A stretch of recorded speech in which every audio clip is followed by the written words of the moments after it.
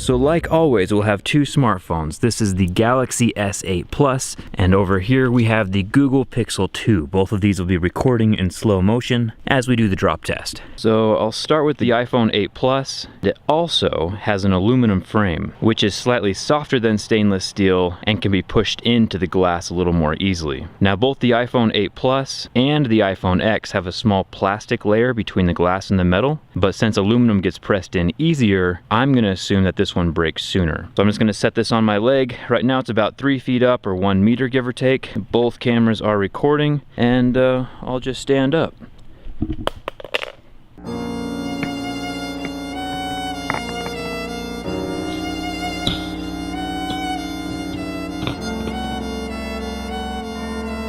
So after the first drop, it looks like the back is fine. We hit right up here on the corner next to the camera bump. But the back panel is fine, and the front is fine. Set that down. And we'll start playing with the iPhone X, or the iPhone X, whatever you want to call it. This one does have the stainless steel rails on the side, which is a little bit harder than aluminum, so my assumption is that this is going to break after the 8 Plus. But there's only one way to find out. Go ahead and set this on my leg, and we will stand up.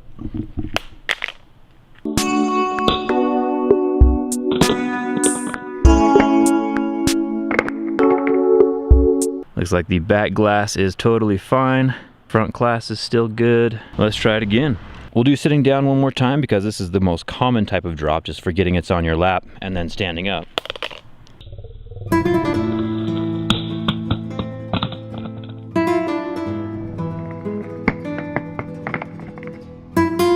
And the back glass, this is amazing. The back glass is completely shattered. I'm impressed at how shattered that is from such a short drop. Wow. So this brand new iPhone 8 Plus took only 2 drops from about knee height as it slides off my leg to completely shatter the back. And now we owe Apple a ton of money to replace this thing. That is mind-blowing. This wouldn't be an issue if we could just remove the back without destroying the camera and replace it, with a third party. But what Apple does is that they replace the whole housing of the phone, transferring over all the internal components, because the back glass does not separate from the back housing. All right, now that the iPhone 8 Plus is completely shattered, let's go back to the iPhone X. Once again, I think this one will last a little bit longer because of that stainless steel frame. But let's find out. It is on my leg, standing up.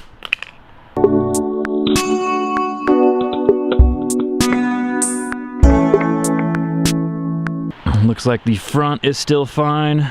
The back glass is still totally fine, no damage. So hopefully that stainless steel side is absorbing the impact and not denting in to hit the glass. So the iPhone 8 Plus is completely shattered, but we're gonna do another drop test anyway to see how long it takes the front to shatter. Now I'll be pulling it out of my pocket and dropping it from about waist high.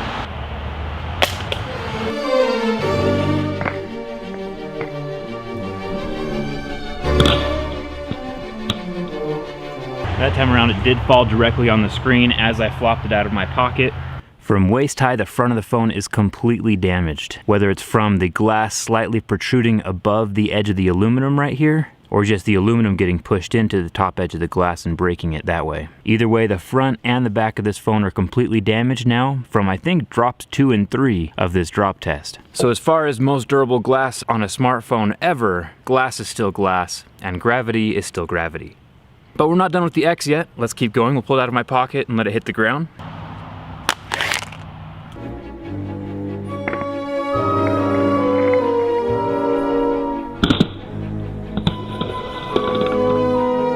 All right, still nothing wrong with the X. We have complete solid glass on the back and no cracks on the front. We'll do one more waist high drop with the X since the 8 Plus has bit the dust.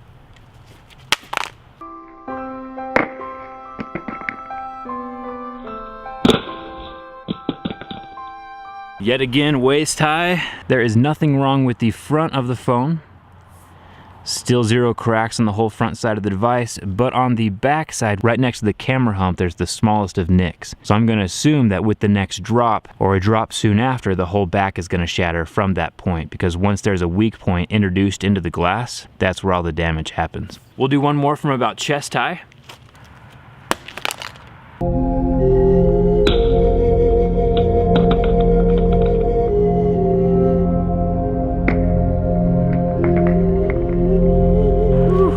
So I was wrong about where the glass was going to crack. It did not start from up by the camera hump. It actually emanates from the bottom corner all the way up to the top. But now the back glass is shattered and we owe Apple $549 to replace it. Not because the components are expensive. This back glass portion probably only costs about $20. It's the construction of the phone that makes it expensive. It is not removable, and that's the bad part. Samsung's, you pay that 20 bucks, get the replacement part, and you're good to go. So now the iPhone X, the iPhone X has been damaged from chest high. We're gonna do one more if it's like drops from your hand while it's up by your ear. I'm about 6 feet tall, about 2 meters, give or take. So let's see what happens.